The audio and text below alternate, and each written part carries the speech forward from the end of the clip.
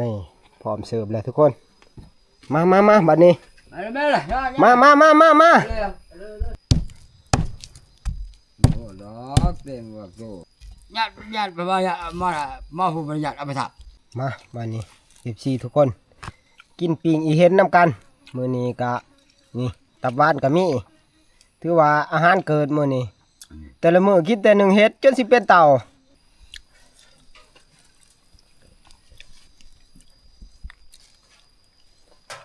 ว่า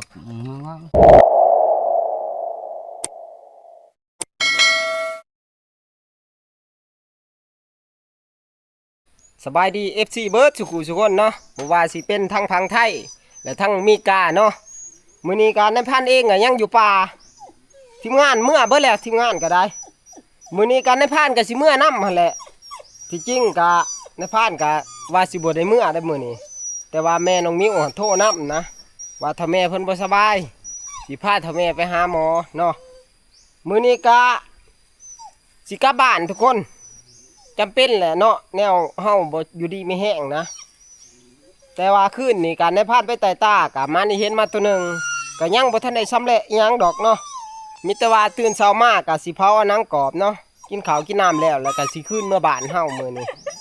ตื่นมาเช้ามื้อนี้ก็ตื่นสวยแน่เนาะเพราะว่าไปไต่ตาคืนนี้ก็เพื่อได้มาพักผ่อนนี่ก็จนตี 3พุ่นได้ทุกคนโอ้ยังว่านอนสลบสไลด์ปั้นใต้คืนนี้เนาะบ่ท่านได้หนึ่งหอดเข่าได้คิดว่าสิกินข้าวเย็นมื้อนี้ ไปบัดนี้เฮามาเผาเอาหนังกรอบเนาะกินข้าวกินน้ำแล้วก็ขึ้นบ้านพุ่นแหละบ่อยู่ดีมีแห้งนี่มันก็ลำบากแหละทุกคนเอ้ยหากินก็มันบ่สบายมุกสบายใจเนาะขึ้นบ้านเมื่อตั้งรักก่อนเนาะนี่เด้อีเห็นที่มานมากขึ้นนี่ก็ได้เนาะโตบ่ใหญ่ปานใดเนาะประมาณ3โลคิดว่าสิบ่มานล่ะเด้ขากลับมาแล้วพอดีมานจบเจือเนาะไปก็ตั้งกว้างตั้งใกล้ได้อีเห็นหน่อยตัวหนึ่งก็ยังดีแต่ว่าเฮามานเนาะใครกว่ามือเปล่ามือนี่แหละสิเอาอีเห็นนี่แหละแกงใส่หยอดวายทุกคนหลังจากในผ่านเผาแล้วแหละก็สิไปตัดเอาหยอดวายแม่น้องมิ้วเพิ่นก็สั่งนักสั่งนาเพิ่นอยากหยอดวายพอดีได้อีเห็นเมื่อแกงใส่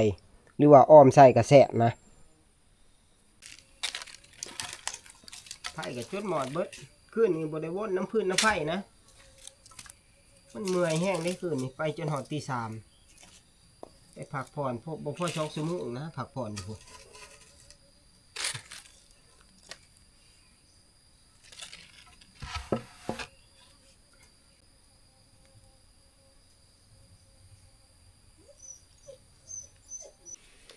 ถ้าพ่อมากินกาแฟน้ำถ้าพ่อทำน้ำมันย่างนี่แหละสิเมื่อบ่พอมื้อนี้โอ้ยเมื่อแล้วลูกจะได้เขาหมดแล้วจะได้กินหมดแล้วเลี้ยงอาหารได้ยังแน่ล่ะมื้อนี้โอ้ยได้แต่เฮ็ดนั่นแหละบ่มีหยังดอกโอ้กุยเต็มหลังก็มีแต่1เฮ็ดบ่ฮะโธ่1แล้วนี่แหละ1ละคันชมบ่หรือเฮ็ดจะได้อันนี้คันชมและเอาเกลือใส่อันนั้นปาโธ่ถ้าพ่อเราก็มานแต่เฮ็ดได้ถ้าพ่อนี่ก็ได้ นี่เราว่าเรา1โอ้ดีเต็มแห้งปาโธ่นี่อย่าพ่อสาวก็โลนี่ดิเราก็แบ่งให้ถุงหนึ่งนี่1เฮ็ดละโงกทุกคนนี่เรามักเกลือไว้ข้างแน่ได้เราเฮ็ดสมแล้ววะมันมีหลายฮะเอาไปจักมุ่งแล้วสิฮอดบ้านมื้อนี้ฮะว้ายประมาณ3-4 โมงแหมเต็มแห้งเจ้าแล้วนี่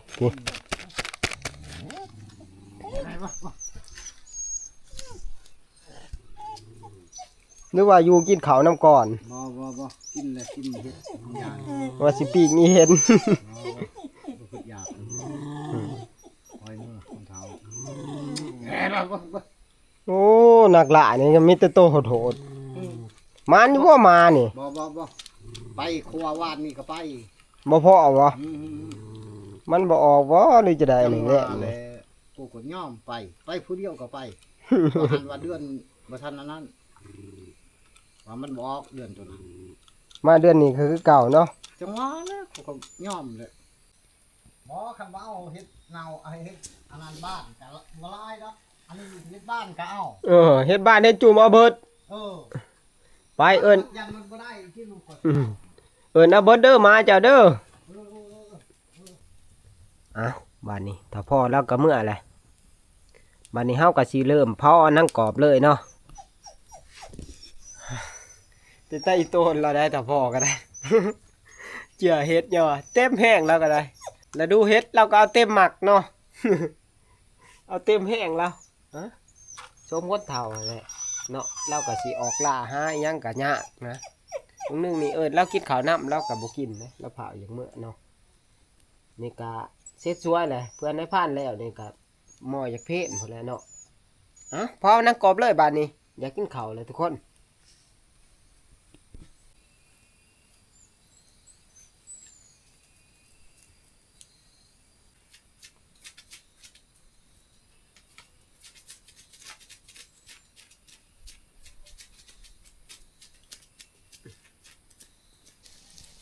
สิว่าใหญ่กับบ่ใหญ่ผู้ดีบ่แว้งนะผู้ดีอ่อนเนาะซ้ำนี่ตัวเรียบร้อยแล้วบาดนี้หิวข้าวพอหิวข้าวโอ้ย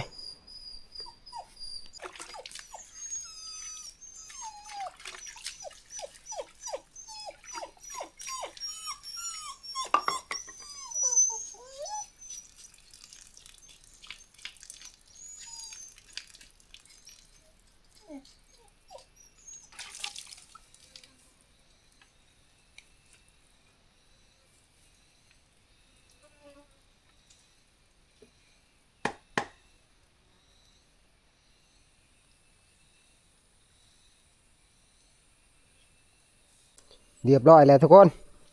นี่เห็นตัวหนึ่งกะประมาณนี้แหละเนาะเพราะว่ามันกะโตบ่ใหญ่ส่วนขามันนี่นะผ่านกะแล่สิปิ้งเนาะปิ้งแล้วก็ก้อยเจียวบีส่วนต้นตัวมันนี่กะในผ่านกะสีมักเกลือเนาะเอาเนื้อสดๆกลับบ้านเนาะไปผักเห็ดห่อหมกเนาะห่อหมกอีเห็นนี่แซ่บได้ทุกคนเลย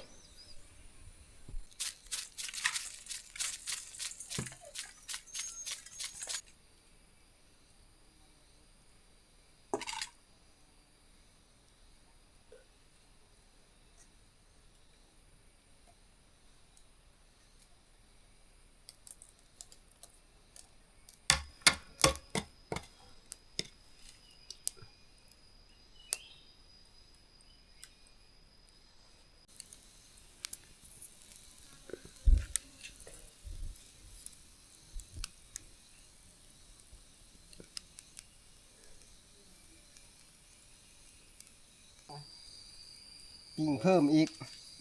ย่านหมูอิ่มนะบ่าวเพิ่นมาหาข้วย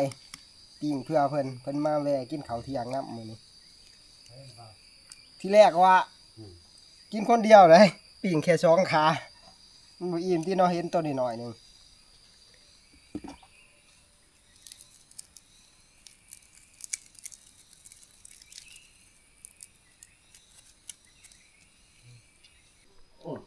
นี่พร้อมเสิร์ฟแล้วทุกคนมาบัดนี้มา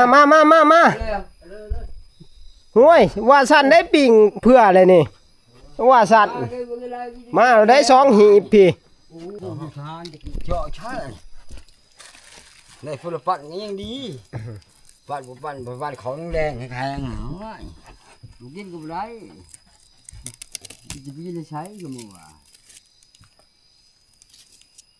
ดีมักตับหวานก็ได้นั่นใจหอนได้หนึ่งได้ทับเนาะแต่ว่าคนหน้าคอยจุ่มบ่อยากช้อนไปพักเขาสิว่าสั่วหมูนอนในหมุงบ่ได้งี้เอาไปบ่เคยเห็นบ่บุหลายโอ้ขามันบ่น่ะขามันยิงอยู่เด้อโอ้ยจนตีไม่คนหน้าเนี่ยว่ะก็ว่าพวกบ่เคยยิงหันว่าโจเนี่ยยิงเห็นมันได้ช่างบาทพอเฮาญาติไปท่าแหละมันชาตินี่แหละโอ้เต็งว่ะอีเห็นนี่ก็2นัดบ่ได้คืนนี่ทับแท้โอ้ยว่าทับตามันบ่ถึกขึ้นต้นไม้โอ้ดอกเต็มว่าโตเฮาบ่มีถึกพระบาท โอ้ยตายอยู่ที่ว่าเบิ่งมาเห็ดโถมือก็บ่หายหรอกบ่ว่าซะนี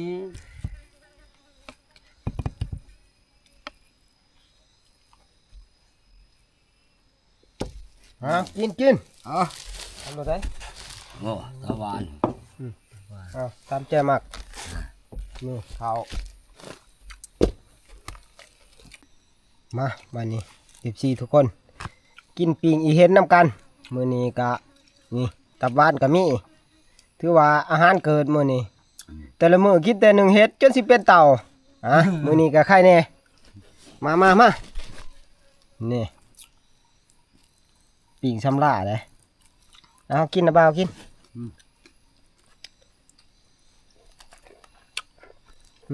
ข้าวนี่ก็ข้าวเย็น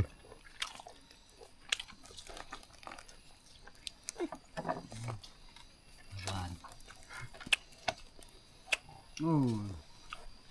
ปานกับป้อนพวกเพียงแล้ว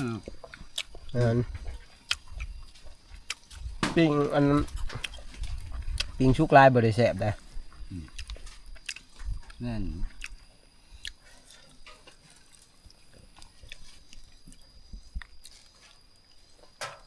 ว่าฝักทองปีก็หอมเผาปีก็แล้วว่ะนะครับเอามาปล่อยจะโตละขวดจ้ะ พวกหมักทำพวกเราเคยนี่หอมมากเลย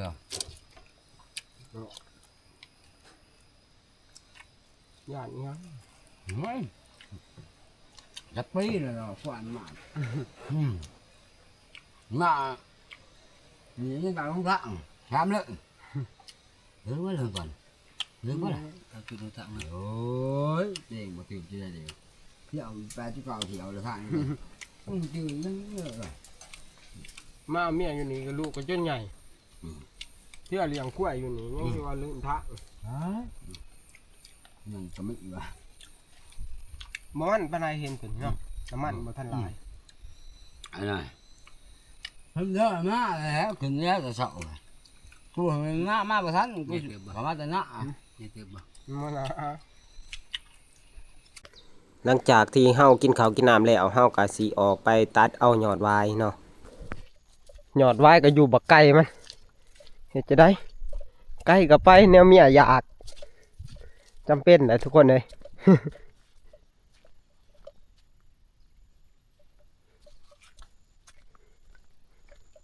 มื้อนี้ก็ตื่นสวยแน่มื้อนี้คืนนี้ได้นอนดึกคืนนี้จนตี 3ได้คืนนี้ก็ได้โอ้อยู่จ่ายเบื้องนะผู้จ่ายผู้มั่นผู้และยอดวายก็ได้นี่เด้มาหอนเลยปลาวายนี่มีแต่น้ำทางนั้นเมียใส่มานี่มาหาความเจ็บปวดทางนั้นเลย แมนเบิดเลยนี่มิตรวายสว่างวายใหญ่แมนงมิวเพิ่นมักเท่าใดเพิ่นสั่งในผ่านแต่พี่กายผู้หัวกระเสียเมื่อปีนี่ เมื่อยามได้ก็หายยามนั้นบ่ได้วายเมื่อให้เพิ่นนะรอบนี้ได้เมื่อหายเนาะถือช่วงมันบ่มานแน่นะมันบ่นักเนาะพอได้เจียเมื่อให้เพิ่นตีผู้โอ้ยเอาจังได๋อันนี้น้ำลายแท้ๆโอ้ยกินงอได้บ้านนี้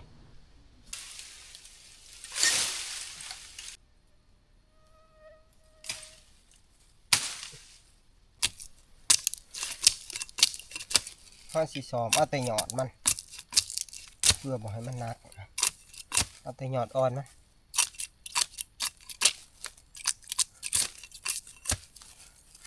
ไปออมใส่กระหอกเนาะออมใส่แล่น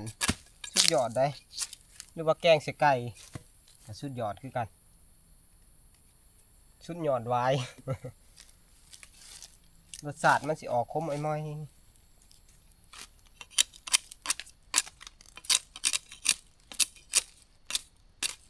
ถ้าในเมืองเขาปลูกคล้ายกันเลยไว้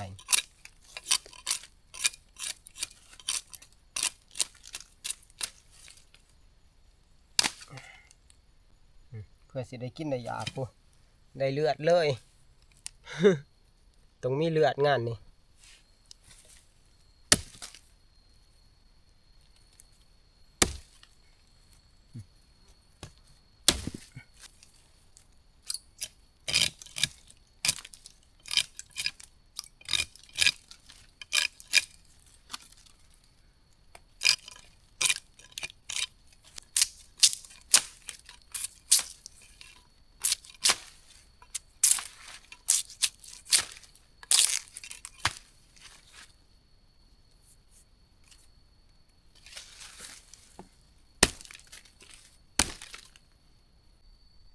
นี่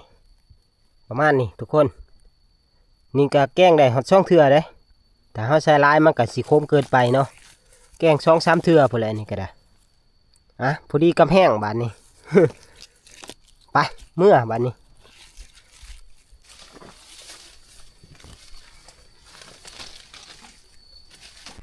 เสร็จสวยแล้วทุกคนเอ้ยมื้อนี้จักโมงแล้วสิฮอดบ้านเฮาเนาะ ย่านสิบ่ายบ่าย2บ่าย3พุ่นแหละมื้อนี้ก็บ่กลัวเนาะเพราะว่าตื่นก็สวยแล้วบางเช้านี่เพลียแห้งแถมออกมาเอาอันนี้ก็สวยเนาะกับเมื่อรอบนี้ก็ประมาณอีก 2-3 วันพุ่นแหละจังสิได้ขึ้นมาใหม่อีกเนาะตั้งรักใหม่อีกก่อน เมื่อยหลายรอบนี้ไปก็เอาเทเอาว่าได้แต่ก็ยังมานพอซ้ำนี่เนาะ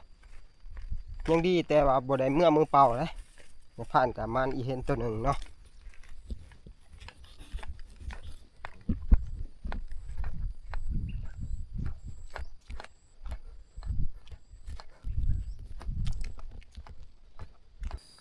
โยอีหยังล่ะมีดำโอ้มาจังไดเอี่ยวนี่น่านพ่อผู้เจ้าบ้านนี่ไป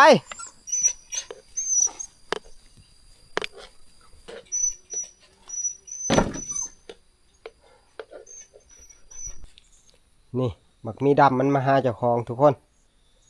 หมู่บ้านนี่ก็ขึ้นมาได้มันก็บ่ได้มานำในพานดอกเนาะมันบ่เห็นในพานอยู่บ้านแหละมันมานำหมู่บ้านนี่แต่มันก็เมื่อนำพานทองมื้อนี้บ่เห็นอันในพานอยู่เฮือนอีกนี่ลบขึ้นมาอีกนี่มึงตินี่ความจงรักภักดีของหมามึงติทุกคนบ่ธรรมดาเด้เจ้าของบ่มาก็มาเอง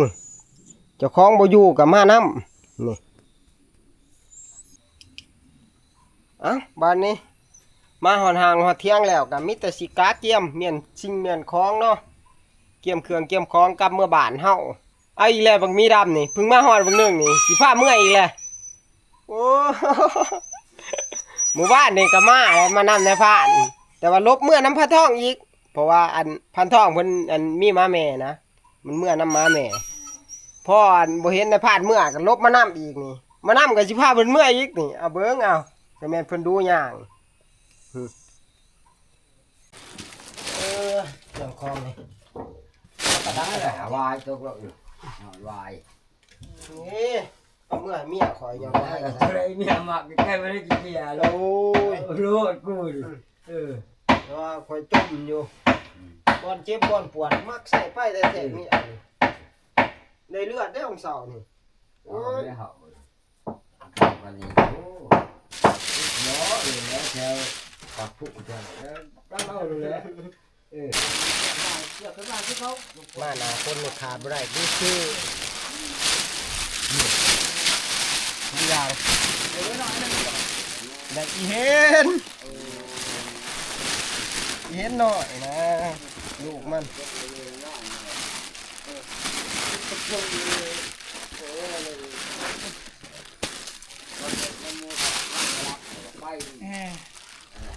อยู่นี่ใช้มันอยู่นี่ไหน นี่แหละแนวอยู่แนวกินกะประมาณนี้เนาะเที่ยวนี่นี่หยอดไว้นี่อีเห็นหน่อยกะเรียกเที่ยงคำนี้พอได้อยู่ได้กิน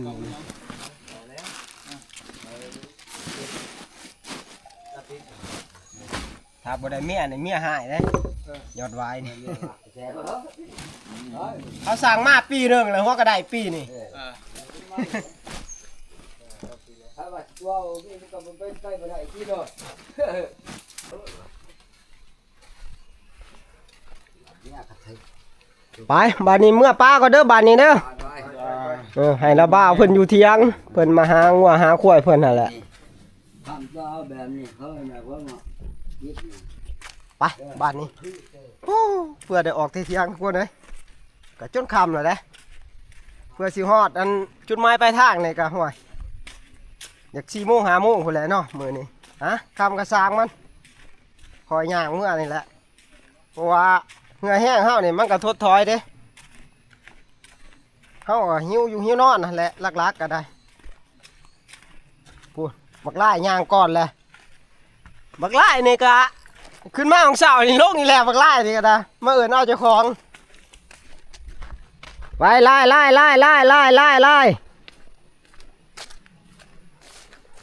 โอ้แต่แม่นตัวดูคักเนาะไล่เนาะ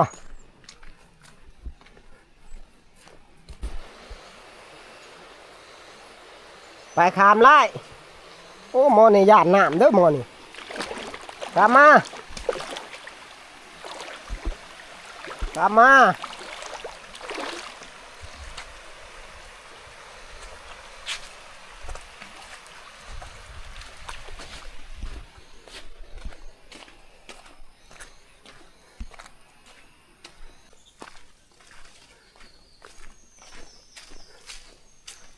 เบิ่งท้องผาเมืองกาบานก็ยังคืมคือเก่าทุกคนเลยตั้งแต่มือขึ้นมือลงก็คือเก่าเนาะมือนี้ต่างจากมือก่อนก็คือฝนบ่ค่อยตกเนาะมีแต่ตกแบบปล่อยๆเล็กน้อยแต่ก็ยังดีได้เพราะว่าอันเฮาก็บ่ทันได้ขามน้ำเนาะแต่ว่าตกแห้งนี่แป๊บเดียวน้ำป่ามันมาไว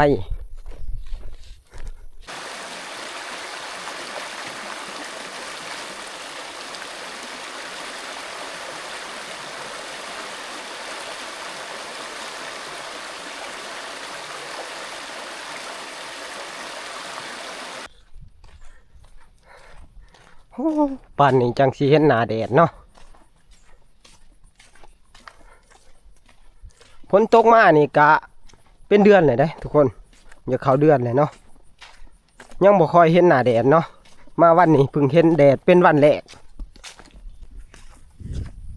ทางบ้าน FC กะฝนตกดีคือบ้านในพานอยู่บ่เนาะทางบ้านในพานนี่อย่าเข้าเดือนเลยได้ฝนตกเนาะตกลิ้นเลยเนาะแต่ละมือตกคู่มือนะน้ำกระท่วมเขากระสีใต้ไปเลยเนาะปีนี้จักสิได้กินเลยอยากหรือบ่แล้วเขาก็ดำลายแน่ปีนี้ดำแล้วก็กับบลาดอกแต่ว่าเฮาดำแล้วก็น้ำท่วมเด้ก็ยังไข่แน่แต่ว่าอันในฟ้านก็ยังมีนาวานนะนาวานนั่นเขามันก็ขึ้นสูงแหละมันก็สีบ่เปื่อยไปได้ส่วนว่าเขาหน้าดำใหม่นี่ที่พอดำแล้วก็พ้นเล็งมาเลยจนหอดเท่ามือนี่เนาะพึ่งเห็นหน้าแดดคือสิเปื่อยไปแล้วเมื่อนี้ หน้ากับบริค้างไล่ไว้เบิดแม่น้องมิ้วเพิ่นอันไล่ไหวนะอุกใจยังวะว่าเรื่องข่าวเรื่องน้ำ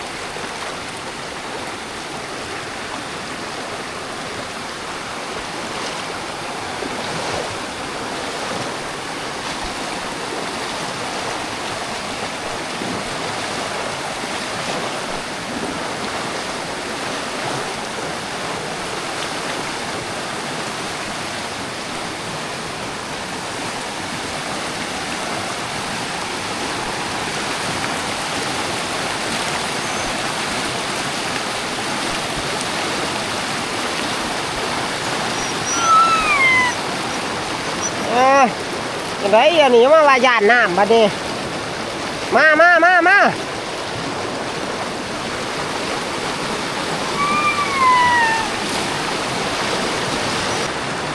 เร็ว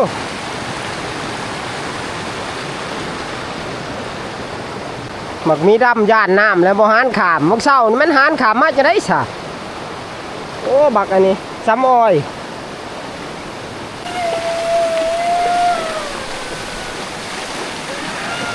มาเร็วมาเร็วมาเร็ว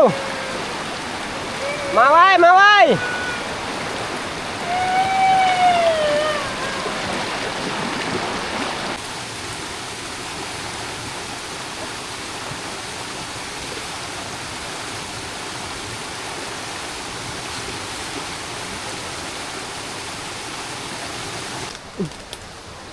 โอ้มันลำบากมันที่หนทางนี่หิมะหิมะมาเร็วมาเร็วโอ้ไปยังก่อน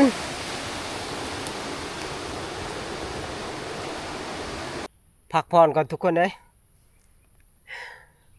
ตอนนี้เฮากามาหอดเครื่องทางนั่นแหละเนาะดำมันนี่ดำมีดำมีดำ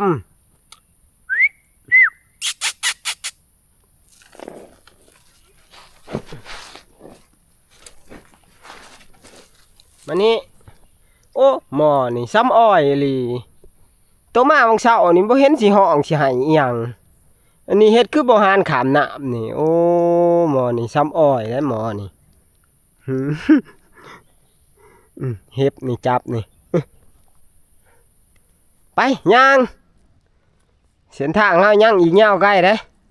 มันสิค่ำไป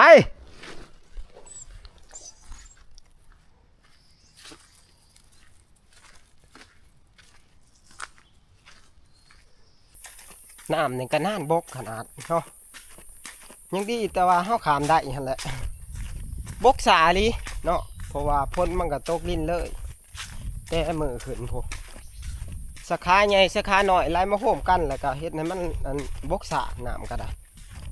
น้ำละหางนี่เป็นอุปสรรคหลักขนาดเนาะสำหรับการเดินป่าของเฮาเพราะว่าช่วงหน้าฝนนี่ลำบากคักน้ำมาไว้พอจะตกน้อยหนึ่งทั้งเนื้อนี่ก็มาแหละบางคนก็ได้หิ้วเขาเลยขามน้ำบ่ได้เนาะถ้าว่าอันช่วงหน้าฝนนี่หิ้วเขามาเป็นทิศก็มีเลยต่างคนก็ต่างไปส่งกันบ่ได้เด้อยู่ป่าก็หลายคนเนาะมีโอกาสเพื่อสิพากันเห็ดครัวดีๆนี่กับพันช่องเห็ดกาจักสิมาตรฐานหรือบ่เนาะ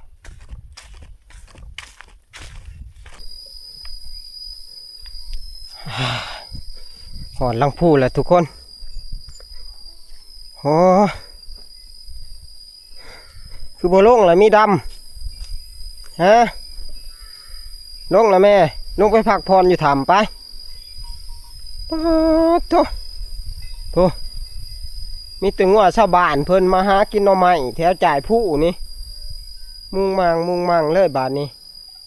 พอมีแสงแดดอะไรก็ได้งัวมันหยาดน้ำพ้นเนาะบางช่วงพ้นตกลิ้นนี่มันบ่ได้ขึ้นมาแล้วแถวจ่ายผู้นี่พอแดดแน่แล้วก็ขึ้นมาหากินหน่อไม้พี่ตีพวก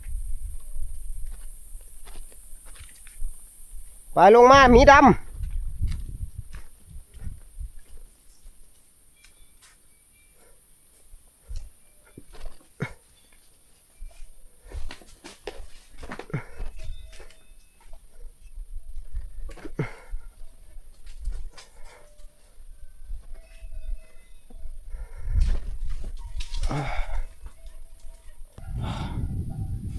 ง่วงลุงปุงปิงเลย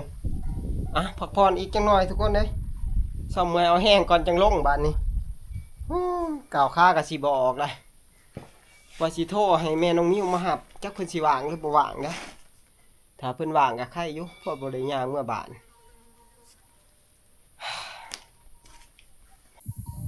มาเบิ่งบรรยากาศท้องไร่ท้องนาเฮาเนาะพึ่งถือแสงแดดอันวันแรกของเดือนก็ว่าได้เนาะบอนเขียวกับเขียวบอนดำใหม่กับดำใหม่พุ่นดิโตบ่ทันแล้วก็มี พักผ่อนก่อนบาดนี้จะหน่อยจังลงเนาะถ้ามีดำเมื่อยแห้งไปมีดำไปลงเศร้าเมื่อยแหละซ้ำนี่พอแล้ว ไปลงมาลงมาพอได้แต่บักมีดำนี่แหละเป็นหมู่มื้อนี้ มาคนเดียวก็เงียบเงาแนวนี้เลยทุกคนเด้อะโทรให้แม่น้องนิ้วมาหับเลยรอถ่ายอยู่ตีนผู้พุ่นแหละ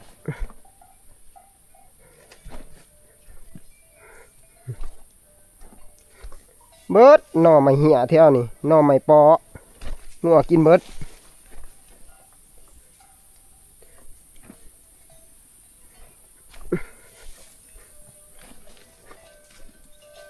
น่ะมาตันทางกันจะได้อีกไปลงลงลง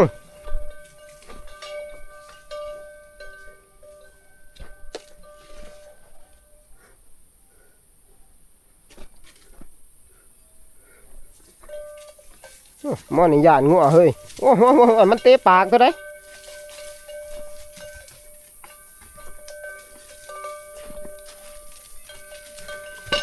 โยโยโย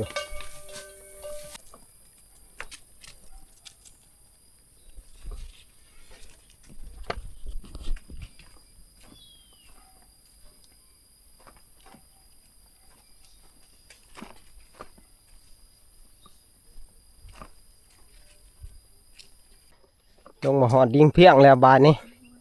โอ้ลูกชายหลามาหาพ่อ โอ้ย